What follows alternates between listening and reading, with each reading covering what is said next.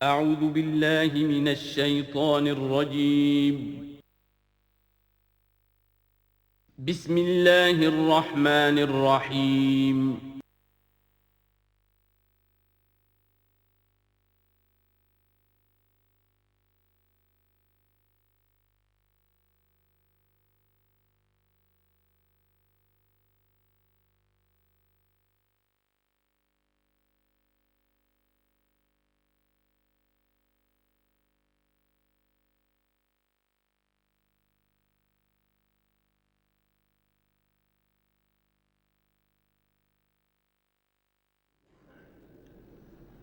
اما بعد فاعوذ باللہ من الشیطان الرجیم بسم اللہ الرحمن الرحیم حامیم والکتاب المبین انا جعلناہ قرآنا عربیا لعلکم تعقلون وقال تبارک وتعالی کما ورد فی سورۃ یوسف علیہ الصلاۃ والسلام الف لام را تلک آیات الکتاب المبین انا انزلناہ قرآنا عربیا لعلکم تعقلون وقال عز وجل کما ورد فی سورۃ الزمر قرآنا عربیا غیر ذی عوج وقال جل وعلا کما ورد فی اول سورۃ الکہف الحمد للہ الذی انزل علی عبدہ الکتاب ولم یجعل لہ عوجا صدق اللہ العظیم رب اشرح لی صدری ویسر لی امری واحلل عقدۃ من لسانی یفقہوا قولی۔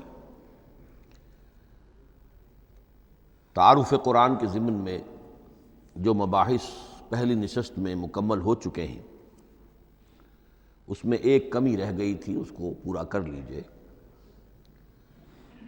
قرآن مجید کی 2 آیات کے بارے میں یہ روایت موجود ہے صحیح مسلم میں حضرت عبداللہ ابن مسعود رضی اللہ تعالی عنہ سے کہ سورہ بقرہ کی آخری 2 آیات حضور کو شب معراج میں عطا ہوئی ہیں، وہ زمین پر نازل نہیں ہوئیں بلکہ حضور نے آسمان پر پہنچ کر ان کو حاصل کیا ہے۔ یہ امت کے لیے شب معراج کے تحفے کے طور پر یہ 2 آیتیں آمن الرسول بما انزل الیہ من ربہ والمؤمنون کل آمن باللہ وملائکتہ وکتبہ ورسلہ لا نفرق بین احد من رسلہ وقالوا سمعنا واطعنا غفرانک ربنا والیک المصیر۔ پھر آخری آیت جس میں طویل ترین دعا ہے۔ یہ 2 آیات جو ہیں مستثنیٰ کر لیجئے تو باقی جو ہے قرآن مجید وہ پھر پورا حجاز میں زمین پر نازل ہوا ہے محمد رسول اللہ صلی اللہ علیہ وسلم کے قلب مبارک پر۔ اب جو اگلی بحث ہے اس تعارف قرآن کے ضمن میں، قرآن کی زبان کون سی ہے؟ یہ سب جانتے ہیں عربی زبان ہے، لیکن کون سی عربی؟ عربی کوئی ایک نہیں ہے۔ جیسا کہ آپ کو معلوم ہے کہ ایک زبان ہوتی ہے تو اس کے ڈائلیکٹس ہوتے ہیں۔ پنجابی زبان کے نہ معلوم کتنے ڈائلیکٹس ہیں، بنگلہ زبان کے نہ معلوم کتنے ڈائلیکٹس ہیں، پشتو کے کتنے ڈائلیکٹس ہیں۔ عربی زبان کے اس وقت پورے عالم عرب کے اعتبار سے تو دیکھیے تو ہر ملک کا جو ہے اپنا لہجہ ہے اور ان کے اپنے انداز ہے۔ تو خود نزول قرآن کے وقت بھی پورے جزیرہ نماء عرب میں کوئی ایک زبان نہیں تھی، زبان ایک تھی لیکن اس کے لہجے مختلف تھے، الفاظ مختلف تھے۔ تو یہ جان لیجئے کہ قرآن نازل ہوا ہے حجاز کے بادیہ نشینوں کی زبان میں۔ وہ اصل عربی زبان حجازی قوم سمجھتی تھی، شہری زبان نہیں، دیہاتی زبان۔ یعنی کہ شہروں میں دوسرے ملکوں کے لوگ آتے جاتے رہتے تھے، خاص طور پر مکہ مکرمہ جو ہے وہ تو چونکہ ایک بہت بڑا تجارتی مرکز تھا۔ لإلاف قریش ایلافہم رحلۃ الشتاء والصیف فلیعبدوا رب ھذا البیت۔ ان کے قافلے جاتے تھے، آتے تھے، دوسرے تاجر بھی آتے تھے، تو ظاہر بات ہے کہ شہروں کے اندر تو پھر زبان جو ہے وہ مکسڈ ہو جاتی ہے، خالص نہیں رہتی۔ یہی وجہ ہے کہ قریش کے جو شریف گھرانے تھے، اونچے گھرانے تھے، وہ اپنے بچوں کو صحرا میں بھیج دیتے تھے کہ ان کی پرورش وہاں ہو، وہاں وہ خالص عربی زبان سیکھیں، ان کی زبان جو ہے پولیوٹڈ نہ ہو۔ تو بادیہ نشین حجاز کے، نجد کے نہیں، حجاز کے بادیہ نشین، ان کی زبان میں قرآن نازل ہوا ہے۔ یہ آیتیں اس سے پہلے بھی سامنے آ چکی ہیں سورہ زخرف کی، انا جعلناہ قرآنا عربیا لعلکم تعقلون، ہم نے اس اپنے کلام قدیم کو عربی زبان کا جامہ پہنایا ہے۔ انا انزلناہ قرآنا عربیا، یہ سورہ یوسف کی آیات، ہم نے اتارا ہے اسے قرآن عربی بنا کر، قرآنا عربیا لعلکم تعقلون۔ سورہ زمر میں قرآنا عربیا غیر ذی عوج، یہ عربی مبین میں ہے، صاف ستھری دھلی ہوئی عربی زبان جس میں کہیں کوئی ٹیڑھ نہیں ہے، کوئی ایچ پیچ نہیں ہے۔ اور یہی پھر سورہ کہف میں جو ایک ترانہ حمد اللہ نے ہمیں سکھایا ہے کہ میرے اس انعام عظیم پر میرا شکر ادا کیا کرو، تو کن الفاظ میں الحمدللہ الذی انزل علی عبدہ الکتاب ولم یجعل لہ عوجا۔ تو یہ عربی مبین جو ہے اگرچہ اصلاً ہے بادیہ نشین حجاز کے، البتہ یہ کہ عرب کے دوسرے قبائل کے بھی ان کی زبانوں کے بعض الفاظ اس میں آئے ہیں۔ اس سے آگے بڑھ کر یہ کہ بعض معرب الفاظ بھی ہیں، ہندی زبان کا کوئی لفظ اس نے عربی کا جامہ پہن لیا، فارسی زبان کا کوئی لفظ اس نے عربی کا جامہ پہن، وہ بھی قرآن میں بعض ہیں، استثناءات ہیں یہ۔ جیسے سنگ گل، یہ فارسی زبان کا لفظ ہے، سنگ گل، وہ سجیل بن کر قرآن مجید میں آ گیا ہے۔ حجارۃ من سجیل، یہ جو الم تر کیف فعل ربک باصحاب الفیل سورہ فیل میں ہے، سنگ گل کا سجیل بنا۔ اس طرح کے کچھ اور الفاظ بھی ہیں، لیکن یہ سمجھیے کہ ایکسیپشنز پروو دی رول، یہ استثناءات ہیں، قاعدہ اپنی جگہ پر قائم رہے گا کہ یہ حجاز کے بدوؤں بادیہ نشینوں کی جو زبان تھی اس میں قرآن نازل ہوا ہے۔ اس قرآن کے بارے میں، اس کی زبان کے بارے میں جو چند پہلو سامنے رہنے چاہیے، فصاحت اور بلاغت کی معراج، یہ میں بعد میں قرآن کے وجوہ اعجاز پر جب بحث کروں گا کہ یہ کس کس اعتبار سے معجزہ ہے، تو وہاں زیادہ تفصیل سے یہ بات آئے گی کہ عربی زبان کی فصاحت اور بلاغت کی معراج ہے۔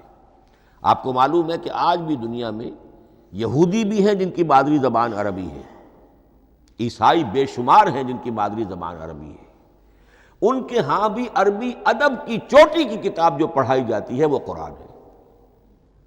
یہ انہیں ماننا پڑتا ہے کہ عربی ادب کی جو آخری کتاب ہے، چوٹی کی کتاب ہے، وہ یہی ہے۔ یہودی بھی پڑھائیں گے، جیسے آپ انگریزی زبان پڑھنی ہے، سمجھنی ہے، تو شیکسپیئر کے بغیر آپ کیسے سمجھیں گے؟ اب وہ تو ایک سٹینڈرڈ ہے۔ اسی طریقے سے یوں سمجھیے کہ عربی زبان عربی ہونے کے اعتبار سے کلام اللہ ہونا اس پر ان کا ایمان نہیں ہے، لیکن یہ کہ عربی زبان کے اعتبار سے اس کی فصاحت اور بلاغت کا لوہا وہ مانتے ہیں۔ پھر اس میں ایک خاص ملکوتی غنا ہے، ڈیوائن میوزک، صوتی آہنگ ہے، عذوبت ہے، مٹھاس ہے۔ لاہور میں ایک صاحب ہیں جو پروفیسر ہیں فونیٹکس کے پنجاب یونیورسٹی میں، وہ کہتے ہیں میں ثابت کر سکتا ہوں کہ جتنے بھی آج دنیا میں اصول ہیں صوتی، یہ خود اپنی جگہ ایک بہت بڑی سائنس ہے، اس کے اعتبار سے میں ثابت کر سکتا ہوں کہ بلند ترین موسیقی قرآن مجید میں ہے، ملکوتی غنا۔ اسی لیے قرآن مجید کو اچھی سے اچھی آواز میں پڑھنے کی تاکید آئی ہے۔ زینوا القرآن باصواتکم، قرآن کو اپنی آوازوں سے مزین کرو۔ اسی طریقے سے من لم یتغن بالقرآن فلیس منا، جو قرآن مجید کو اچھی سے اچھے طریقے پر پڑھنے کی کوشش نہیں کرتا وہ ہم میں سے نہیں ہے۔ اسی طرح کے واقعات بھی ہوئے ہیں۔ حضرت ابو موسیٰ اشعری رضی اللہ تعالی عنہ، وہ بہت خوش الحان تھے، تو ایک روز حضور سفر رات کے وقت کہیں گشت پر تھے، جا رہے تھے ان کے مکان کے قریب سے، تو وہ اس وقت رات کی نماز میں قرآن پڑھ رہے تھے، تو حضور وہاں کافی دیر تک کھڑے ہو کر سنتے رہے۔ ظاہر بات ہے کہ اس وقت کے مکان کیا ہوتے تھے، ایک ایک حجرہ ہوتا تھا، یہ کوئی کئی کنال کی کوٹھیاں تو نہیں ہوتی تھی کہ کیا پتہ چلے ان کے اندر کیا ہو رہا ہے۔ وہ تو حضرت ابو بکر کے مکان کے پاس سے گزرتے تھے تو ان کی تلاوت سنتے تھے، حضرت عمر کے مکان کے قریب سے گزرے ان کی تلاوت سنی، حضرت عمر بلند آواز میں پڑھتے تھے، حضرت ابو بکر بڑی پست آواز میں پڑھتے تھے۔ حضور نے پوچھا کہ تم ایسا کیوں کرتے ہو؟ حضرت عمر نے کہا میں اس لیے کرتا ہوں، زور سے پڑھتا ہوں کہ شیطان بھاگ جائے۔ حضرت ابوبکر نے عرض کیا کہ میں اس لیے پڑھتا ہوں کہ جس کو میں سنا رہا ہوں وہ سنتا ہے، اس کو بلند آواز کی ضرورت نہیں۔ حضور نے کہا کہ ابوبکر تم ذرا اونچی کر لو آواز، اور عمر تم ذرا پست کر لو، ایوریج میں لے آؤ۔ تو بہرحال یہ معاملہ حضور کا صحابہ کے ساتھ ہوتا تھا۔ تو ابو موسیٰ اشعری رضی اللہ تعالیٰ عنہ کی جب قرأت آپ نے سنی تو اگلے روز جب ملاقات ہوئی فجر میں تو آپ نے تحسین فرمائی ان الفاظ میں، یا ابا موسیٰ انک قد اوتیت مزمارا من مزامیر آل داود، اے ابو موسیٰ تمہیں تو اللہ نے آل داود کے سازوں میں سے ایک ساز عطا کیا ہے، یعنی حضرت داود کے گلے میں جو ساز تھا، خوش الحانی تھی، ان کی آواز نہایت خوبصورت تھی۔ تو اسی طریقے سے اب وہاں کوئی مزمار سے مراد وہ نہیں ہے آلات موسیقی نہیں، گلے میں جو اللہ تعالیٰ نے رکھا ہے۔ تو انک قد اوتیت مزمارا من مزامیر آل داود۔ ایک آخری بات یہ نوٹ کیجئے کہ قرآن مجید کا عظیم ترین احسان ہے عربی زبان پر۔ یہ یوں سمجھیے کہ ایک ستون کی طرح اس زبان کو ٹھہرا دیا ہے، اس کو سٹیبل کیا ہے قرآن مجید۔ آج بھی پوری دنیا میں جسے عرب کہتے ہیں فصیح زبان، لغہ فصحی، وہ ایک ہے، وہ قرآن ہی کی ہے۔ زبانیں بدلتی رہتی ہیں۔ اردو 300 سال پہلے کی دکن میں جب شروع ہوئی، وہ آج آپ پڑھ بھی نہیں سکیں گے وہ کیا اردو تھی ولی دکنی کی، پھر وہ کیا اس نے روپ بدلے ہیں، اب وہ اردو کس شکل میں ہے، فارسی کن کن شکلوں میں رہی ہے، مختلف انگریزی کتنی شکلیں بدل گئی ہیں، لیکن عربی قائم ہے۔ اس کے لیے جیسے کہ قرآن مجید میں آتا ہے کہ ہم نے پہاڑ زمین میں گاڑ دیے اس کو سٹیبلائز کرنے کے لیے، ان تمید بکم، تمہیں لے کر زمین ایک طرف کو جھک نہ جائے۔ تو جس طرح یہ پہاڑ جو ہیں سٹیبلائزنگ ایفیکٹ رکھتے ہیں اس زمین کے لیے، اسی طریقے سے قرآن سٹیبلائزر ہے عربی زبان کا۔ اس کے اندر جو ایک ٹھہراؤ اور جماؤ پیدا کیا ہے، یہ قرآن مجید کا احسان عظیم ہے۔ تعارف قرآن کے ضمن میں اگلی گفتگو، قرآن کے اسماء و صفات۔ عربوں کا ایک خاص ذوق تھا، اور ظاہر بات ہے کہ اللہ تعالیٰ نے جب قرآن نازل کیا ہے تو عربوں کے ذوق کو بھی مد نظر رکھا ہے۔ ان کا ذوق کیا تھا؟ جس چیز سے انہیں محبت ہوتی تھی اس کے وہ بہت سے نام رکھتے تھے۔ گھوڑے کے لیے ہزاروں لفظ مل جائیں گے آپ کو، شیر کے لیے 5000 الفاظ مل جائیں، تلوار کے لیے 5000 الفاظ مل جائیں گے۔ یعنی اس شے کی جو بھی صفت ہے اس صفت کے اعتبار سے ایک نام، کوئی اور صفت ہے اس صفت کو ایک اور نام، تو وہ صفاتی نام۔ اب جیسا کہ آپ کو معلوم ہے اللہ کے 99 نام صفاتی تو ہے نا، اللہ کی ایک صفت دوسری صفت، اسی کے اعتبار سے اس کے نام ہیں۔ قرآن مجید کے اسماء علامہ جلال الدین سیوطی رحمۃ اللہ علیہ نے 55 شمار کیے، لیکن وہ بھی مکمل نہیں ہے لسٹ، اس لیے کہ اس میں ایک اہم نام برہان یہ شامل نہیں ہے۔ ان میں سے جو اہم اسماء ہے میں آپ کو سنا دیتا۔ القرآن، جس پر گفتگو بعد میں ہوگی، اس لیے کہ سب سے زیادہ ایک رائے یہ ہے کہ یہ تو اس میں جامد ہے، اس میں علم ہے قرآن کے لیے، پراپر ناؤن ہے۔ الکتاب، الذکر، الہدیٰ، النور، الفرقان، کلام اللہ، الوحی، روحا من امرنا۔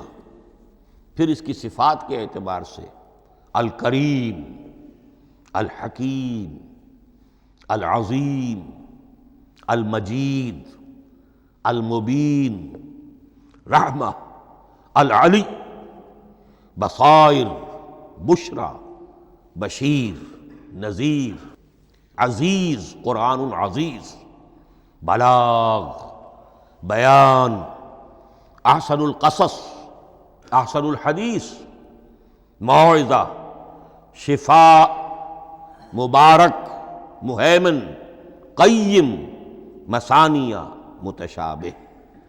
یہ میں نے آپ کو 23 نام بتائے ہیں، لیکن یہ کہ علامہ جلال الدین سیوطی نے 55 گنوائے۔ لیکن جو بحث دلچسپ ہے وہ یہ ہے کہ جو اس کے لیے لفظ القرآن ہے، اس کے معنی کیا ہیں اور یہ کس مصدر سے، کس مادے سے یہ لفظ بنا ہے؟ ایک رائے تو یہ ہے کہ یہ اس میں جامد ہے، یہ مشتق نہیں ہے، کسی مادے سے نکلا ہوا نہیں ہے۔ اور یہ بھی آپ نوٹ کر لیجئے، اللہ کے اسماء میں سے بھی ایک نام کو سمجھا جاتا ہے، وہ مشتق نہیں ہے، اس میں جامد ہے، اس میں علم ہے، اور وہ ہے اللہ۔ باقی سارے نام صفاتی ہیں، ایک نام، اس لیے اس میں ذات کہتے ہیں اس کو، اس میں ذات۔ لیکن یہ رائے متفق علیہ نہیں ہے، یہ کچھ لوگوں کی رائے ہے۔ ایک رائے یہ بھی ہے کہ یہ بھی اس میں علم نہیں ہے، یہ بھی مشتق ہے الہ سے۔ جیسے حکیم، یہ صفت ہے، الحکیم یہ اللہ کا نام ہو گیا۔ الہ ایک معبود، الالہ معبود برحق، الالہ وہ اللہ بن گیا، ایک رائے یہ۔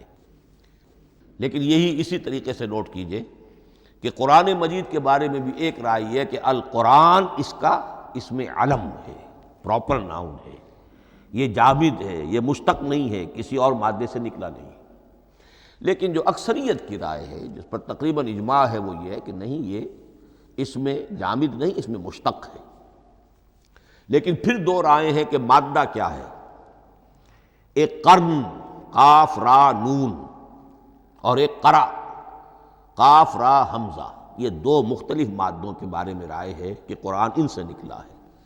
قرن کہتے ہیں کسی چیز کا قریب ہو جانا، جڑ جانا، مل جانا۔ یہ حج کی جو تین شکلیں ہیں، حج تمتع ہے، حج قران ہے، اور حج افراد ہے۔ قران کیا ہے؟ ایک ہی احرام میں عمرہ بھی اور حج بھی دونوں کو جمع کر لیا جائے تو یہ حج قران ہے۔ اسی سے قران الصعدین کا لفظ استعمال ہوتا ہے۔ قرینہ اور قرائن جو ہیں اسی سے الفاظ۔ امام فرا کی رائے یہ ہے کہ قرن سے یہ قرآن بنا ہے، اس لیے کہ اس میں بھی اللہ تعالیٰ کی آیات جمع ہو گئی۔ اسی طرح قرأ، قاف را اور حمزہ، اس قرات کا مصدر بھی بن جاتا ہے، جیسے رجحان، را جیم ہے، رجح سے رجحان۔ غفران، غفرانک ربنا، پروردگار ہم تیری مغفرت کے خواستگار ہیں۔ اسی طرح قرآن قرأ سے بنا ہے۔ مفعول جو ہے وہ مصدر کے معنی میں آ جاتا ہے، یعنی پڑھی جانے والی شے۔ اور ایک قرأ آتا ہے عربی زبان میں، قرأت الماء فی الحوض، میں نے پانی جمع کر لیا حوض کے اندر۔ بارش ہوئی، میں نے کچھ پانی حوض میں جمع کر لیا، قرأت الماء فی الحوض۔ اسی سے قریہ کا لفظ بنا، قریہ بستی کو کہتے ہیں جہاں لوگ جمع ہو کر رہتے ہیں، قریہ۔ تو اس معنی میں یہ قرآن جو ہے یہ جمع ہے اللہ تعالیٰ کی اسماء صفات اور اللہ کی ذات جو ہے اور اس کی آیات کا جامع ہے۔ یہ ہے لفظ قرآن کی بحث۔ اگلی بحث اور بڑی اہم ہے اور دلچسپ ہے، قرآن کا اسلوب کلام کس کیٹیگری میں فال کرتا ہے؟ قرآن کیا ہے؟ ایک شے کی تو سختی سے نفی کی اللہ نے، یہ شعر نہیں ہے۔ وَمَا عَلَّمْنَاهُ الشِّعْرَ وَمَا يَنبَغِي لَهُ، سورہ یاسین۔ ہم نے شعر تو انہیں سکھایا ہی نہیں، محمد الرسول اللہ کو صلی اللہ علیہ وسلم، اور وہ شعر ان کے شایان شان بھی نہیں ہے۔ شاعروں کے بارے میں سورہ شعراء میں چونکہ بالعموم شاعروں کے بارے میں جو بات کہی گئی ہے، وَالشُّعَرَاءُ يَتَّبِعُهُمُ الْغَاوُونَ أَلَمْ تَرَ أَنَّهُمْ فِي كُلِّ وَادٍ يَهِيمُونَ إِنَّهُمْ يَقُولُونَ مَا لَا يَفْعَلُونَ إِلَّا الَّذِينَ آمَنُوا۔ استثناء تو ہے کہ اچھے لوگ بھی ہوتے ہیں، لیکن اکثر و بیشتر شعراء کا معاملہ یہی ہے، ان کی پیروی کرتے ہیں وہی لوگ کہ جو حد سے گزرنے والے ہوتے ہیں، لاابالیانہ انداز والے لوگ، غیر سنجیدہ لوگ پیروی کرتے ہیں۔ خود وہ بھی زمین و آسمان کے قلابے ملاتے ہیں، کبھی ادھر کی بات کبھی ادھر کی بات۔ اور تیسری بات یہ کہ عام طور پر جو کہتے ہیں وہ کرتے نہیں ہیں، انہم یقولون ما لا یفعلون۔ تو یہ شعر کی تو نفی کی گئی ہے قرآن مجید، جیسا کہ میں نے آپ کو سنایا تھا سورہ حاقہ کی آیات، انہ لقول رسول کریم وما ہوا بقول شاعر، یہ شاعر کا کلام نہیں۔ البتہ ایک بات نوٹ کیجئے، جسے آزاد شاعری، آزاد نظم کہا جاتا ہے، وہ میرا گمان یہ ہے، میں نے چونکہ ان چیزوں کا کوئی تحقیقی مطالعہ نہیں کیا ہے، کہ شاید وہ ہے ہی قرآن سے ماخوذ آزاد شاعری، اس میں وزن نہیں ہوتا، ردم ہوتا ہے۔ آزاد شاعری کے اندر ایک ردم ہوتا ہے، وزن نہیں ہے، ایک مصرع اتنا سا، ایک بڑا لمبا چوڑا، لیکن ردم رہے گا۔ یہ جو آزاد شاعری، بلینک ورس جس کو آپ کہتے ہیں، میرا گمان یہ ہے کہ شاید دنیا میں اس کا رواج قرآن کے بعد ہی ہوا ہو، اور قرآن مجید ہی کی نقالی میں یہ صنف جو ہے ادب کی وہ ایجاد کی گئی ہو۔ واللہ عالم، میں یہ بات دعوے سے نہیں کہہ سکتا، گمان ہے میرا۔ البتہ یہ کہ اب اس سے آگے چلیے، شعر نہیں ہے، نثر ہے، لیکن نثر کے اعتبار سے بھی کون سی کیٹیگری میں آئے گی؟ کیا یہ کتاب عام معنی میں جسے ہم کتاب کہتے ہیں وہ کتاب ہے؟ ایک تو وہ بات تھی نا جو اقبال کے حوالے سے میں نے آپ سے کہی، کتابیں نیست چیزیں دیگر است، اس وقت وہ بات نہیں میں کہہ رہا۔ عام کتابوں سے اس کا فرق کیا ہے؟ ایک کتاب ہوتی ہے، اس میں ہر چیپٹر میں ایک بحث مکمل ہو جاتی ہے، اگلے چیپٹر میں پھر لوٹا کر آپ پہلے چیپٹر کی کوئی بات نہیں کریں گے، پھر وہ بات آگے چلے گی، ابواب ہوں گے، ابواب میں مضمون کے مطابق مضمون آگے بڑھتا چلا جائے گا۔ کتاب کا یہ لازمی وصف ہے۔ قرآن مجید اس معنی میں کتاب نہیں ہے، اس میں قصہ آدم و ابلیس 7 جگہ آ رہا ہے، بار بار آ رہا ہے، سورہ بقرہ میں، سورہ اعراف میں، سورہ ہجر میں، سورہ بنی اسرائیل میں، سورہ کہف میں، پھر سورہ طٰہٰ میں، چلتے جائیے، سورہ صاد میں حضرت موسیٰ علیہ السلام کا قصہ کتنی مرتبہ آ رہا ہے۔ تو قرآن مجید اس کتاب کی کیٹیگری، اس کی ڈیفینیشن پر پورا نہیں اترتا۔ دنیا میں جو کتاب کا معیار ہے، عام اس کا جو اسلوب ہے، اس کی جو ڈیفینیشن ہے، ایک شکل ہوتی ہے مجموعہ مقالات، وہ بھی نہیں ہے، اس میں ہر مقالہ اپنی جگہ پر ایک مکمل شے ہوتی ہے، لیکن یہ کہ وہ دوسرے مقالات سے تو مختلف ہوگی، یہ مجموعہ مقالات بھی نہیں۔ اس کا اسلوب جو ہے وہ خطبے کا ہے، اوریشن،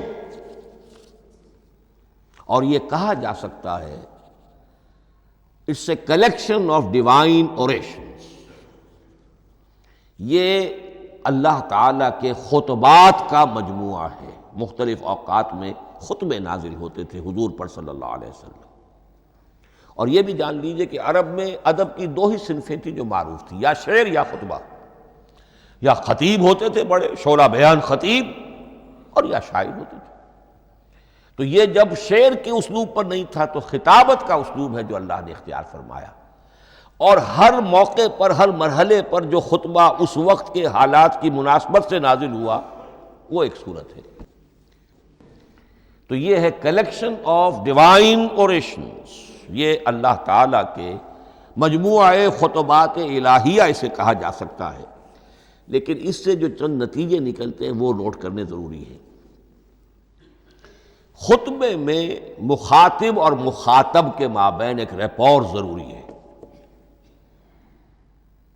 اگر کوئی مصنف بیٹا کتاب لکھ رہا ہے، اس کے سامنے کوئی سامع نہیں ہوتے، وہ تو اپنی مگن میں جو بھی خیال ہے اپنے دل میں وہ لکھ رہا ہے۔ خطبے میں سامع سامنے ہوتے، اگر ان کے درمیان رپورٹ نہ رہے، ہم آہنگی نہ رہے، تو پھر وہ خطبہ غیر مؤثر ہو جائے گا، لوگ جو ہیں ان کو اونگ آنے لگے گی، وہ متوجہ ہی نہیں رہیں گے۔ تو ایک رپورٹ مخاطب اور مخاطب ان کے درمیان۔ دوسرے یہ کہ خطبہ کا ایک وصف لازمی یہ ہوتا ہے کہ ایک واقعاتی پس منظر ہوتا ہے پیچھے موجود۔ اب کوئی شخص ہے سیاسی تقریر کر رہا ہے، ایک خاص پس منظر موجود ہے، اس میں وہ ان چیزوں کی طرف حوالے دیتا چلا جائے گا، صرف کوئی تفصیلات بیان نہیں کرے گا، اس لیے کہ وہ لوگوں کو معلوم ہے آج کے دور کا ایک واقعہ ہے، لوگوں کے علم میں ہے، لیکن کتاب میں آپ لکھیں گے تو پھر وہ پورا واقعہ بھی بیان کرنا پڑے گا آپ کو کہ یہ کب ہوا، کیسے ہوا، جس کا میں حوالہ دے رہا ہوں۔ لیکن خطبے کے اندر پس منظر جو ہے وہ موجود ہے، اور اس کے حوالے سے صرف جو اشارات اس کی طرف ہو جائیں گے۔ نمبر 3 یہ ہے کہ خطبے میں تحویل خطاب بہت ہوتا ہے۔ تحویل خطاب سے کیا مراد ہے؟ ابھی خطیب آپ سے بات کر رہا ہے، آپ سے مخاطب ہے، اور کسی وقت وہ فلاں کو جو یہاں موجود بھی نہیں ہے وہ نواز شریف صاحب کو خطاب کرنا شروع کر دے گا. بھائی نواز شریف تو یہاں نہیں ہے، لیکن خطاب انداز وہ تو تقریر مقرر ہے، سیاسی تقریر کر رہا ہے، نواز شریف کو چیلنج کر رہا ہے. نواز شریف یہ کر دو گے تو ہم یہ کر دیں گے، اور نواز شریف یہ تم غلط کر رہے ہو، یا بے نظیر تمہارا یہ معاملہ. ہاں بے نظیر تو وہاں موجود نہیں. صدر ایوب صاحب کو جو بھی گالیاں دی جاتی تھی تقریروں کے اندر، وہ خود تو وہاں موجود نہیں ہوتے تھے. تو اس میں تحویل خطاب نوٹ کرنا پڑتا ہے. ابھی کس سے بات ہو رہی تھی، ابھی کس سے بات ہو رہی. قرآن مجید میں آپ دیکھیں گے ایک آیت میں حضور سے خطاب ہے، اگلی آیت میں کفار سے خطاب ہے، اس سے اگلی آیت میں اہل ایمان سے خطاب ہے. تو تحویل خطاب جو ہوتا ہے اس کے حوالے سے نوٹ کرنا پڑتا ہے کہ اس وقت اس آیت کا جو رخ ہے کدھر ہے، اس میں کس کو خطاب کیا جا رہا ہے. چوتھی بات یہ ہے کہ خطبے میں صرف عقل سے اپیل نہیں کی جاتی، جذبات سے بھی اپیل ہوتی ہے. اسی لیے خطابی انداز کہلاتا ہے. خطابی انداز میں لوگوں کے جذبات سے بھی اپیل کی جاتی ہے. جبکہ آپ ایک مقالہ لکھ رہے ہوں گے اس میں جذبات کی بات نہیں آئے گی، ٹھنڈی ٹھنڈی عقلی باتیں، منطقی باتیں، دلیل صغرا کبرا جوڑیے، نتیجہ نکالیے، وہ لوگوں کے سامنے رکھیے، تصنیف ہے. لیکن خطبے کے اندر صرف عقل نہیں، جذبات سے بھی اپیل ہوتی ہے. اب یہ سارے اوصاف میں جو بیان کر رہا ہوں یہ سب قرآن مجید میں بتمام و کمال بدرجہ اتم موجود ہیں. اور آخری بات یہ کہ خطبے میں، اور یہ کہ یہ چیز مشترک ہے غزل میں بھی اور قصیدے میں بھی اور خطبے میں بھی، اس کا اول و آخر بہت جامع اور مؤثر ہونا چاہیے. اسی لیے مطلع مقطع یہ خاص طور پر ہوتے ہیں نا. مقطع میں آ پڑی ہے سکون گسترانہ بات، جس غزل کا مطلع جاندار ہے اس کو آدمی پڑھے گا، اور اگر وہ مطلع پھسپھسا ہے وہ باقی نظم پڑھے گا ہی نہیں، چاہے آگے اس کے اندر بڑا عمدہ شعر بھی ہو وہ نہیں پڑھے گا. مطلع ہی جو ہے بے جان ہے، پھسپھسا ہے. پھر مقطع آخری جو شعر ہو، تو قصیدے میں بھی یہ ہے اور خطبے میں بھی یہ ہے. یہی وجہ ہے کہ قرآن مجید کی صورتوں میں اکثر و بیشتر شروع کی آیات اور آخری آیات انتہائی اہم ہوتی ہیں، بہت جامع ہوتی ہیں، جن کو کہا جاتا ہے کہ یہ سور جو ہیں ان کی ابتدائی آیات، خواتین اور پہلی آیات. اب سورہ بقرہ کی آیات شروع کی، پھر آخری جو ابھی میں نے آپ کو سنائی، یہی آل عمران کا معاملہ ہے، کس شان کے ساتھ وہ اٹھ رہی ہے. یہی سورہ حج کا ہر جگہ پر آپ دیکھیں گے ابتدائی جو ہے خطیب اگر ایسی بات، ایسا انداز اختیار کرے کہ اپنے سامعین کی توجہ کو اپنی طرف مبذول کرا دے، اگر شروع کا انداز ایسا نہیں ہے تو وہ بات آگے بڑھے گی نہیں. آخری بات یہ کہ خطبے میں ہمیشہ یہ ہوگا کہ ایک مین سپیکر جو ہے اس کی ایک بات سامنے ہے کہ میں نے یہ بات اپنے سامعین کے ذہن میں بٹھانی ہے، لیکن دائیں بائیں کی باتیں کرے گا. کوئی قصہ بھی سنائے گا، کوئی شعر پڑھے گا، کوئی اور کوئی لطیفہ بھی سنائے گا. ہمارے ہاں کے جو بہترین خطیب جو ہوتے تھے وہ احراری حضرات جو ہے بہترین خطیب ہوتے تھے. اور آپ نے سنا مولانا عطا اللہ شاہ بخاری رحمۃ اللہ علیہ، ان کی تقریریں 6 گھنٹے تک لوگ سنتے تھے. وہ کبھی رلا بھی رہے ہیں، کبھی ہنسا بھی رہے ہیں. عام آدمی تنقید بھی کرے گا کہ یہ کیا ادھر ادھر کی باتیں کر رہے ہیں، لیکن وہ پھر جب آخری تقریر ہوتی تھی تو جب تقریر ختم ہوتی تھی، جو بات وہ ذہن میں بٹھانا چاہتے تھے، دل میں اتارنا چاہتے تھے، وہ بیٹھ چکی ہوتی تھی. باقی یہ کہ ادھر ادھر کی چیزیں جو ہیں وہ آکسیلری چیزیں ہیں وہ رہتی ہیں. یہ ہیں 6 اوصاف خطبات کے، اور قرآن مجید کے اندر بھی یہ اوصاف کم و بیش موجود ہیں. قرآن کا اسلوب خطبے کا ہے. اب اگلی بحث پر آئیے، قرآن مجید کی ترکیب اور تقسیم، سنتھیسس اور ڈویژنز. اب اس میں سمجھیے کہ کلام جو ہے اللہ کا کلام ہے. کلام مرکب ہوتا ہے کلمات سے. کلمات حروف سے بنتے ہیں. عربی زبان کے حروف 28 یا 29 ہیں. الف اور حمزہ کو ایک ہی مانیں گے تو 28 رہ جائیں گے، الف علیحدہ حمزہ علیحدہ تو 29 ہو جائیں گے. یہ حروف جڑتے ہیں، لفظ بنتے ہیں. لفظ محمل بھی ہوتا ہے لیکن کلمہ وہ کہلاتا ہے جو بامانی لفظ ہو. پھر ان کلمات کو آپ جوڑتے ہیں، یہ مرکب توصیفی بن گیا، مرکب اضافی بن گیا، مرکب عددی بن گیا، مرکب جاری بن گیا، پھر ان مرکبات کو جوڑ کر فقرہ بنتا ہے، جملہ بنتا ہے، کلام مفید جس کو کہا جاتا ہے۔ قرآن مجید کے اعتبار سے علامہ سیوطی نے مخصوص جو قرآن کی اصطلاحات ہیں ان کے حوالے سے ایک بات کہی ہے، لیکن واقعہ یہ ہے کہ قرآن کی اصطلاحات خود اپنی ہیں، دنیا کی دوسری کسی بھی اصطلاحات پر ان کو قیاس نہیں کیا جا سکتا۔ لیکن جاہز چونکہ ایک ادیب تھے، انہوں نے قرآن مجید کو کہا یہ دیوان کی شکل رکھتا ہے، جیسے کہ حافظ کا دیوان، کسی اور کا دیوان۔ سورتیں جو ہیں وہ قصیدوں کی شکل میں ہیں، بیت شعر آیت ہے، قوافی جو ہوتے ہیں شعروں میں قافیہ، وہ یہاں فواصل ہیں، آیت کے آخری حروف ایک دوسرے سے مشابہ ہوتے ہیں کہ جن سے پھر وہ صوتی آہنگ پیدا ہوتا ہے۔ الرحمن علم القرآن خلق الانسان علمہ البیان۔ اب یہ ایک فواصل جو ہیں وہ جڑتے چلے جاتے ہیں، ان میں آہنگ پیدا ہوتا ہے۔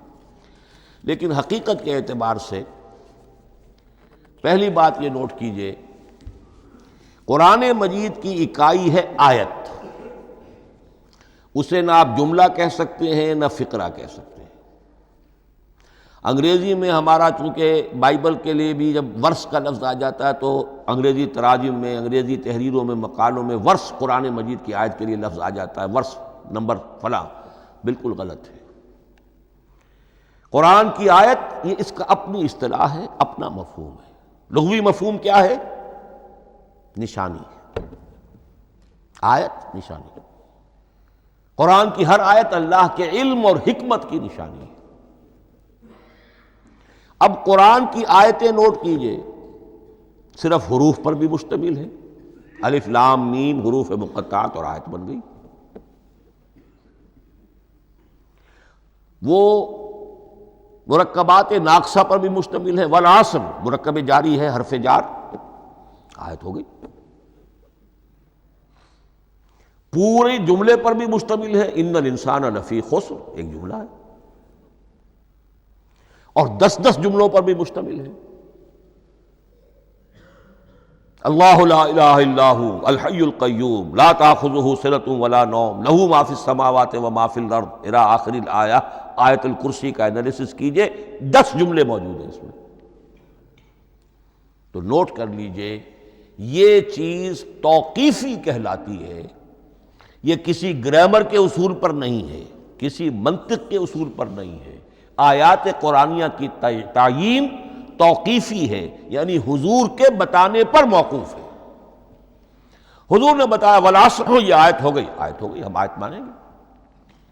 الف لام میم آیت ہو گئی۔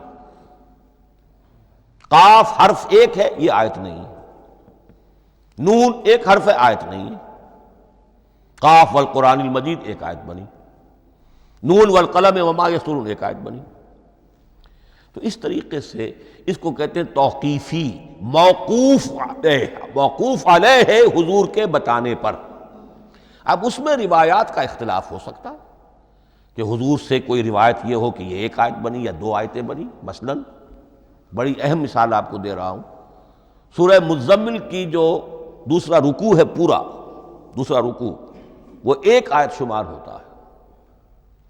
اور میرا بڑا گمان رہا بہت عرصے تک کہ یہ ایک آیت نہیں ہو سکتی، یہ مختلف اوقات میں نازل ہوئی ہیں، 2 اوقات میں نازل ہوئی ہے، اور یہ مجھے قول مل گیا علامہ سیوطی کے ہاں، حضرت عبداللہ ابن عباس رضی اللہ تعالی عنہما کا قول کہ یہ 2 آیتیں ایک نہیں۔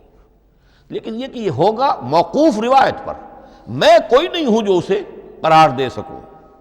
ہاں مجھے اگر کوئی روایت مل جاتی ہے، کوئی خبر یا اثر، خبر محمد الرسول اللہ کی یا اثر آپ کے کسی صحابی کا صلی اللہ علیہ وسلم ورضی اللہ تعالی عنہ، تو پھر یہ ہے کہ ہم مانیں گے۔ تو اس کو کہتے ہیں توقیفی۔ آیات اور سور کا معاملہ توقیفی ہے بالکلیہ، کسی منطق، کسی گرامر، کسی اصول بیان، کسی پر مبنی نہیں ہے، یہ مبنی ہے حضور کے بتانے پر۔ اس طرح سورت کسے کہتے ہیں؟ عربی زبان میں سور کے معنی ہے فصیل۔ فَضُرِبَ بَيْنَهُمْ بِسُورٍ لَهُ بَابٌ، سورہ حدید کے اندر الفاظ آئے۔ اب اس کا کیا تصور دیا گیا کہ ہر آیت جو ہے وہ اللہ کے علم اور حکمت کی نشانی ہے۔ 10 آیتیں، 20 آیتیں، 100 آیتیں، 285 آیتیں، 286 آیتیں جوڑ کر ایک فصیل باندھ دی گئی۔ یہ شہر حکمت خداوندی ہے۔ ایک نظم ہوتا ہے، جیسے آپ شہر کا ٹاؤن پلاننگ آج کا تو بہت بڑا فن ہے، بڑی اسپیشلائزیشن ہے، شہر کو پلان کرنا، اس کے اندر کیا کچھ ہونا چاہیے، کس طرح سے ہونا چاہیے۔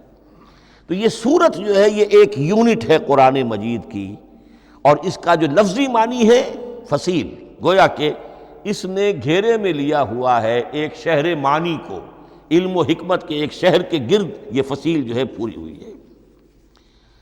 اب اس میں نوٹ کر لیجئے جہاں تک، اچھا جیسے آیتیں چھوٹی بھی ہیں بڑی بھی ہیں، والعصر بھی آیت ہے، اور الف لام میم بھی آیت ہے، اور جیسا کہ میں نے عرض کیا آیت الکرسی بھی آیت ہے۔ اس طرح صورتیں چھوٹی بھی ہیں بڑی بھی ہیں۔ سورۃ العصر 3 آیتیں، سورۃ الکوثر 3 آیتیں، سورۃ النصر 3 آیتیں، 3 ہی صورتیں 3 آیتوں پر مشتمل ہیں۔ 3 سے کم پر کوئی نہیں، 2 آیات کی کوئی صورت نہیں ہے۔ لیکن آگے آپ چلتے جائیے، اس کی بڑی سے بڑی تعداد سورہ بقرہ جو ہے سب سے بڑی ہے۔ تو آیت اور سورت کے علاوہ دور صحابہ میں صرف ایک لفظ اور تھا قرآن کی تقسیم کے ضمن میں، اور وہ تھا منزل یا حزب۔ منزل یا حزب 7 منزلوں میں یا 7 احزاب میں قرآن کو تقسیم کیا گیا، تاکہ جو شخص قرآن مجید ایک ہفتے میں ختم کرنا چاہے، ہر شب میں، اکثر و بیشتر وہ لوگ رات کو ہی رات کی نماز میں قرآن پڑھتے تھے، ایک منزل پڑھ لے تو ہفتے میں پورا قرآن ختم ہو جائے گا۔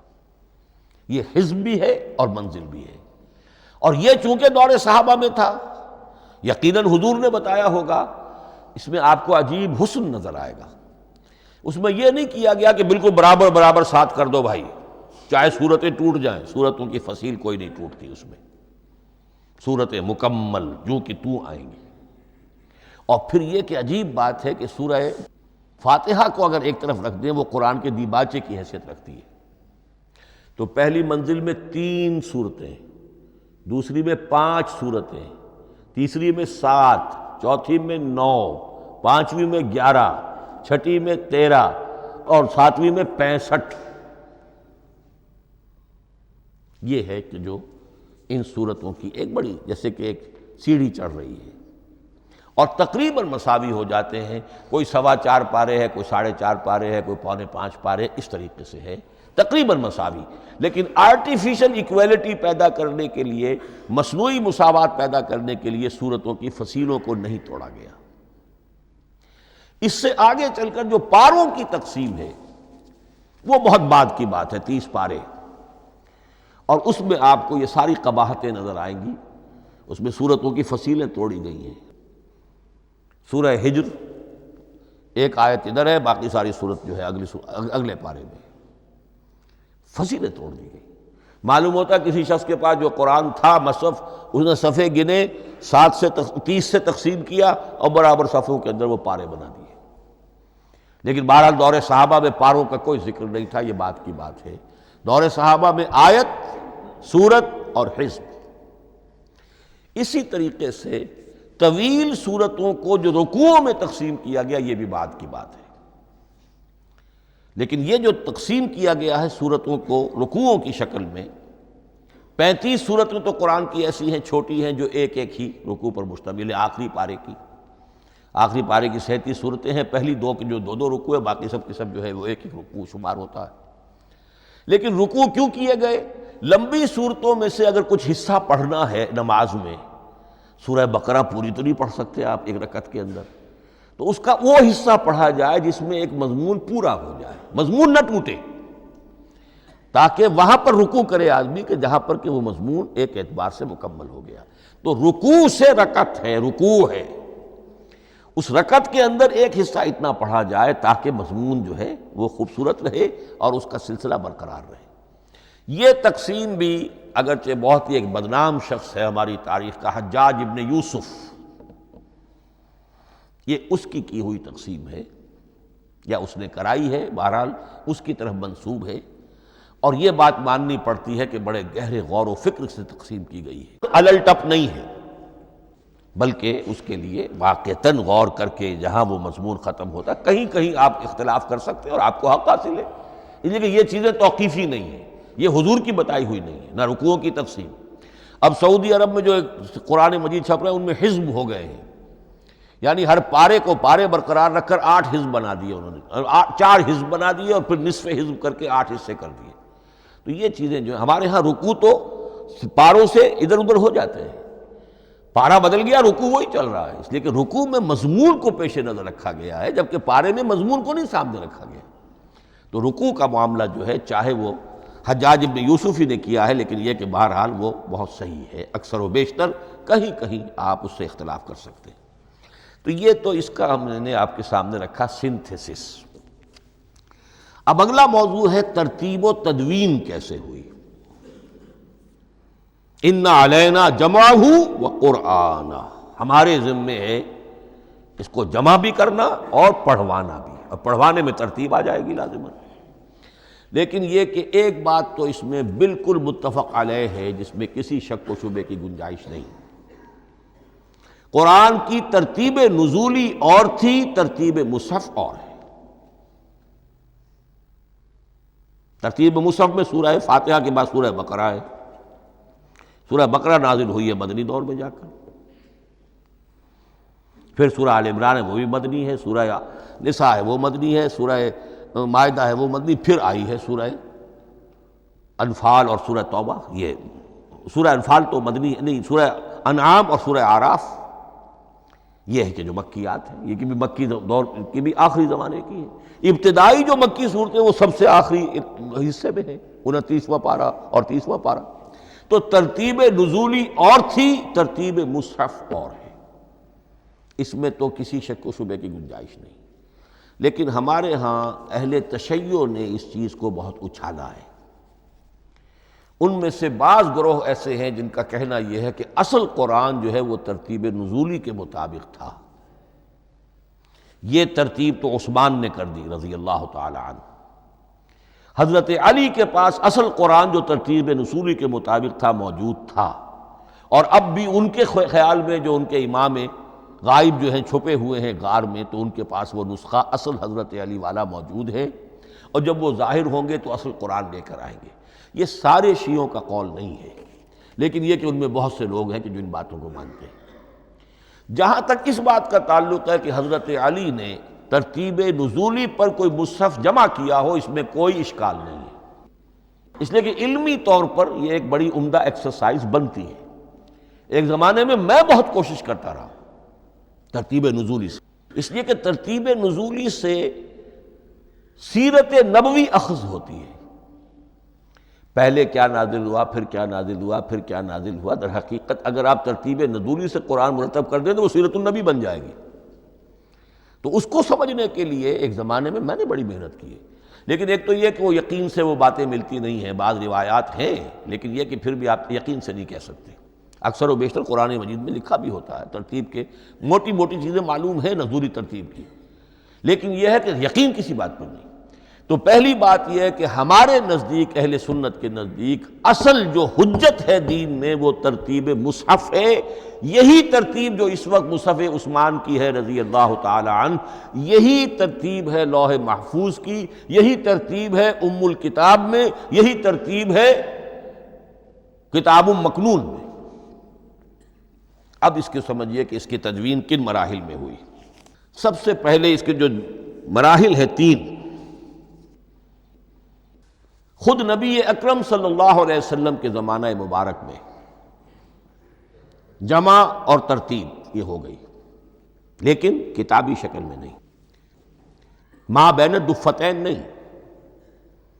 حضور نے لوگوں کو پڑھ کر سنایا، اس ترتیب سے سنایا جس ترتیب سے یہ مصحف میں اب موجود ہے، اور ہر رمضان میں حضرت جبرائیل دورہ کرتے تھے حضور کے ساتھ، جتنا کہ قرآن اس وقت تک نازل ہو چکا ہوتا تھا، اور آخری رمضان مبارک آپ کی حیات طیبہ کا جو تھا اس میں 2 مرتبہ پورے قرآن کا دورہ ہوا۔ تو دورہ قرآن بغیر ترتیب کے تو نہیں ہو سکتا۔ تو یہ ترتیب حضور کی ہوئی ہے، توقیفی ہے، اور حضور ہی نہیں اللہ کی ہوئی ہے۔ یہی ترتیب لوح محفوظ میں، کتاب مکنون میں اور ام الکتاب میں ہے، اور یہ ترتیب حضور دے کر گئے ہیں صحابہ کرام کو۔ حفاظ تھے، کتنے حفاظ جو ہیں جنگ یمامہ میں شہید ہو گئے، تبھی تو خیال آیا کہ اس کو کتابی شکل میں بھی مرتب کیا جائے۔ لیکن کتابی شکل میں جسے کہتے ہیں دو گتوں کے درمیان ایک کتاب مجلد، اس صورت میں جہاں تک میں تحقیق کر سکا ہوں اور جہاں تک ہمارے اکثر و بیشتر لوگوں کی رائے ہے، حضور کے زمانے میں یہ اس طریقے سے مابین الدفتین، دو گتوں کے مابین ایک کتاب کی شکل میں قرآن موجود نہیں تھا۔ لوگوں کے سینوں میں محفوظ تھا، جیسے محمد الرسول اللہ کے سینے میں محفوظ تھا۔ ان علینا جمعہ، وہ جمع حضور کے سینے میں کیا اللہ نے۔ اسی طرح پھر صحابہ کرام بے شمار جو حفاظ تھے ان کے سینوں میں محفوظ تھا۔ دوسرا مرحلہ کب آیا؟ جب حضرت ابوبکر صدیق کے عہد خلافت میں جنگ یمامہ میں بہت سے حفاظ شہید ہو گئے۔ اب ایک تشویش پیدا ہوئی، ایسا نہ ہو کہ قرآن ضائع ہو جائے، لہذا اسے کتابی شکل میں مرتب کر لینا چاہیے۔ اس کے لیے پھر بہت سے صحابہ نے حضرت ابوبکر کو اپروچ کیا کہ جتنے قراء ہیں، جتنے کاتبین وحی ہیں، ان سب کو آپ جمع کیجئے اور جمع کر کے اس قرآن مجید کو ایک کتاب کی شکل میں جمع کر لیں۔ حضرت ابوبکر شروع میں بہت ریلیکٹنٹ رہے، ان کا ایک خاص مزاج تھا، اتباع رسول کا جذبہ انتہا درجے کا۔ جو کام حضور نے نہیں کیا میں کیسے کروں؟ اگر تو یہ کام واقعی کرنے کا تھا تو حضور کرتے، میں کیسے کروں؟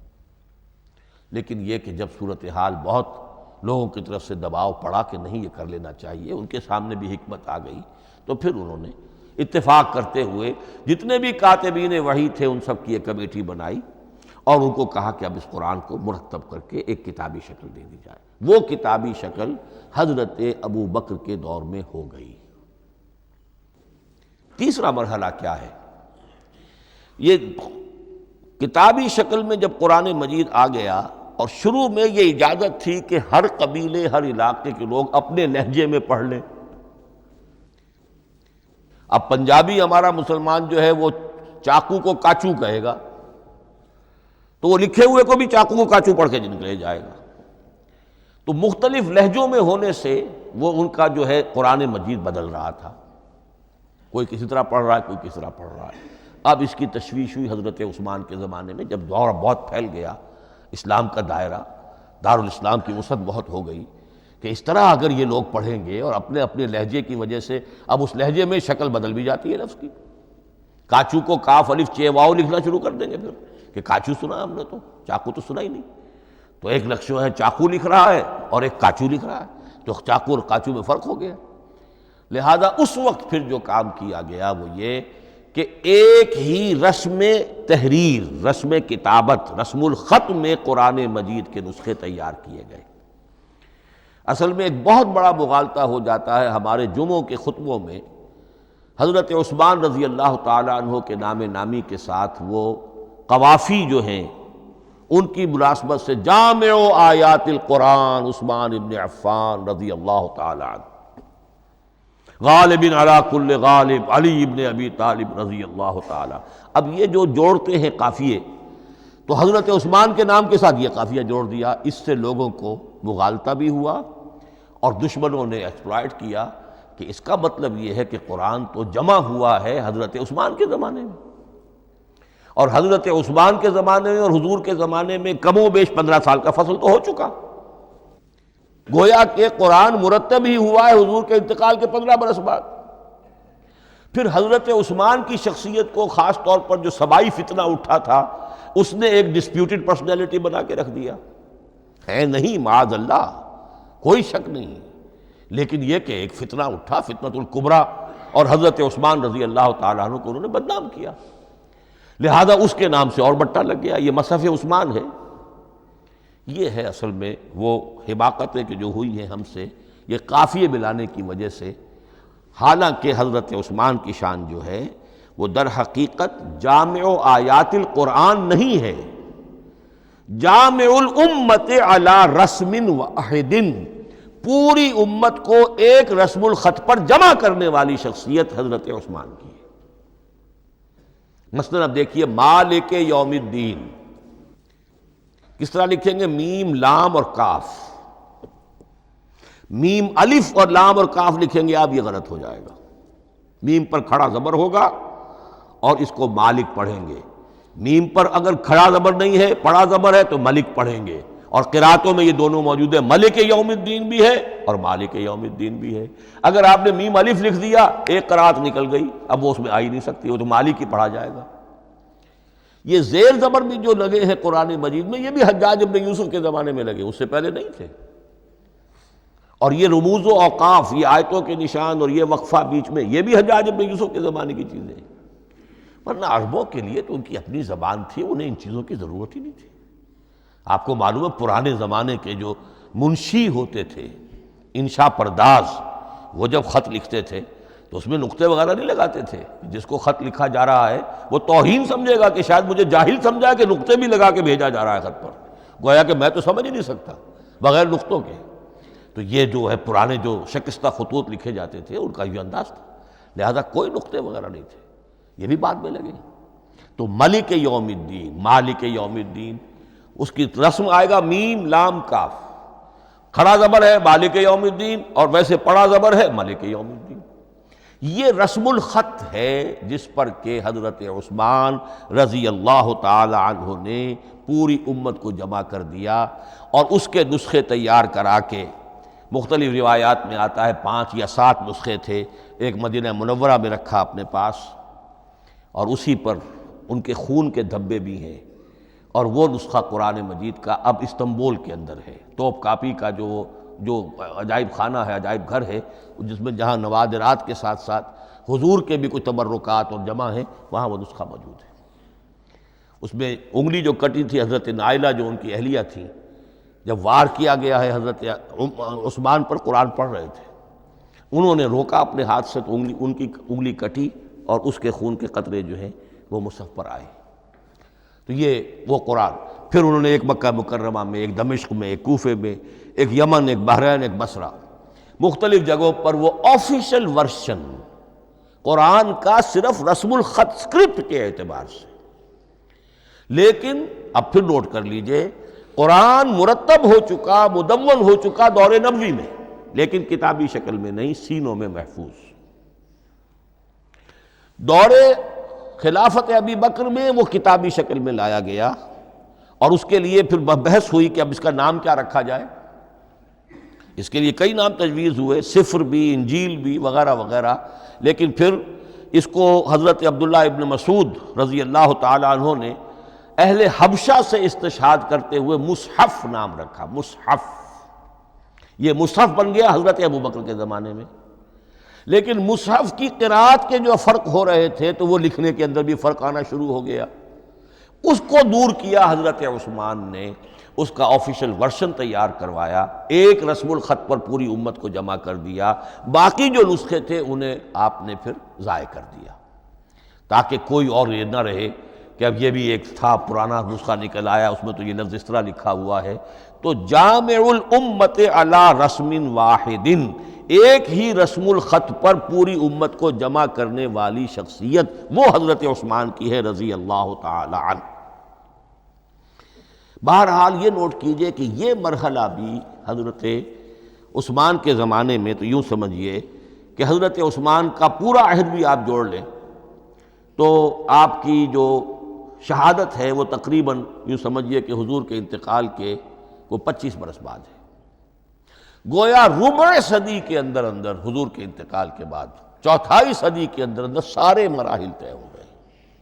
یہی وجہ ہے میں نے شروع میں آپ کو بتایا تھا کہ پوری دنیا یہ مانتی ہے کہ آج جو قرآن مسلمانوں کے پاس ہے یہ ہے وہی جو محمد عربی صلی اللہ علیہ وسلم نے اپنی امت کو دیا تھا۔ یہ دوسری بات ہے کہ ہم سمجھتے ہیں کہ محمد عربی صلی اللہ علیہ وسلم کو یہ اللہ کے کلام کی صورت میں حضرت جبرائیل نے پہنچایا تھا، وہ اس کو نہیں مانتے، لیکن یہ حصہ اس کا ماننے پر مجبور ہیں کہ وہ اصل قرآن اپنی اسی انٹیگریٹی کے ساتھ، اپنے پوری پیور، اس کا جو بھی ہے ٹیکسٹ پیور ہے، اور اس کی انٹیگریٹی میں کوئی شک و شبہ کی گنجائش نہیں ہے کہ یہ وہی شے ہے جو محمد نے اپنی امت کو عطا فرمائی تھی صلی اللہ علیہ وسلم۔ ایک آخری بات، شاید میرے پاس 3 منٹ ہیں۔ یہ جو میں نے آپ کو ترتیب بتائی تھی قرآن کی، آیتیں، سورتیں، پھر حزب، اب اس میں ایک شے نوٹ کر لیجئے۔ آیت اللہ تعالیٰ کے علم و حکمت کا ایک نمونہ ہے۔ آیتوں کو جوڑ کر جب سورت بنائی تو آیتوں کے اندر جو ربط ہے، اس ربط آیات سے ایک اور معنی، ایک اور حکمت کا دروازہ کھلتا ہے۔ جیسے موتی ہے، ہر موتی بڑا خوبصورت ہے، لیکن جس ترتیب سے آپ نے پرویا، اس کو دھاگے میں ہار بنایا، اس ترتیب سے اس کا حسن دوبالا ہو جائے گا۔ ہر موتی کا اپنی جگہ پر ایک حسن ہے، لیکن اس ترتیب کی وجہ سے اس کے حسن کا ایک اور پہلو ظاہر ہوگا۔ اسی طرح قرآن مجید کی صورتوں میں ربط آیات بہت اہم ہے۔ ایک مرکزی مضمون ہوتا ہے ہر صورت کا، مرکزی مضمون، عمود، اور اس کے گرد وہ ساری آیتیں اس طریقے سے گھوم رہی ہوتی ہیں، جڑی ہوئی ہوتی ہیں، جیسے کہ ایک دھاگے کے اندر پروئے ہوئے موتی ہوتے ہیں کہ جس کی جو ہار کی شکل اختیار کرتے ہیں۔ دوسری بات یہ، اکثر و بیشتر صورتیں قرآن مجید میں جوڑوں کی شکل میں ہیں۔ ایک مضمون کا ایک پہلو اس جوڑے کے ایک فرد میں، اور دوسرا پہلو اسی کا دوسرے فرد میں۔ جیسے معوذتین، 2 صورتیں ہیں، مضمون ایک یہ تعوذ، معوذتین۔ الزہراوین، سورہ بقرہ، سورہ آل عمران کو کہا گیا الزہراوین، حضور نے فرمایا 2 نہایت تابناک صورتیں، بڑی روشن صورتیں۔ جیسے آپ دیکھیں گے یا ایھا المدثر یا ایھا المزمل قم اللیل الا قلیلا یا ایھا المدثر قم فانذر، ایک ہی طرح کا اٹھان ہے، حضور سے خطاب ہو رہا ہے۔ سورۃ الضحیٰ، سورۃ الانشراح، یہ تمام جوڑوں کی شکل میں۔ اسی طرح سورہ طلاق، سورہ تحریم، یا ایھا النبی اذا طلقتم النساء فطلقوہن لعدتہن یا ایھا النبی لم تحرم ما احل اللہ لک تبتغی مرضات ازواجک۔ شوہر اور بیوی کے درمیان تعلق یا تو اتنا گہرا ہو جاتا ہے کہ ایک دوسرے کے لحاظ میں وہ حدود خداوندی ٹوٹنے لگے، بیوی کی وجہ سے آپ نے کسی حرام شے کو حلال کر لیا یا حلال کو حرام کر لیا، بیوی کو ناپسند ہے وہ شے، تو حضور سے ذرا سا یہ ہو گیا تھا معاملہ۔ اپنی ازواج مطہرات حضرت عائشہ اور حضرت حفصہ رضی اللہ تعالیٰ عنہما، ان دونوں کی رضا جوئی کے لیے وہ خاص قسم کا شہد ہے، قسم کھا لی آپ نے کہ میں اسے استعمال نہیں کروں گا۔ لما تحرم ما احل اللہ لک، اے نبی آپ کیوں حرام کرتے ہیں اپنے اوپر وہ شے جو اللہ نے آپ کے لیے حلال کی ہے؟ تبتغی مرضات ازواجک، اپنی بیویوں کی رضا جوئی میں۔ یہ ایک انتہا ہوئی۔ دوسری انتہا کیا ہے؟ میاں اور بیوی میں اتنا بودھ ہو جائے کہ طلاق تک نوبت آ جائے۔ تو سورۃ التحریم ایک انتہا کو بیان کر رہی ہے، سورہ طلاق اگلی اس کے ساتھ جڑی ہوئی وہ دوسری انتہا کو بیان کر رہی ہے۔ سورہ صف حضور کے مقصد بعثت کو بیان کر رہی ہے، سورہ جمعہ آپ کے طریقہ کار کو بیان کر رہی ہے۔ اس طرح قرآن مجید کی اکثر و بیشتر صورتیں جو ہیں وہ جوڑوں کی شکل میں ہیں۔ میرا خیال یہ ہے کہ وقت ختم ہو گیا ہے، اس مضمون کا تھوڑا سا حصہ باقی ہے، وہ انشاءاللہ میں اگلی نشست میں لوں گا۔ بارک اللہ لی ولکم فی القرآن العظیم ونفعنی وإیاکم بالآیات والذکر الحکیم۔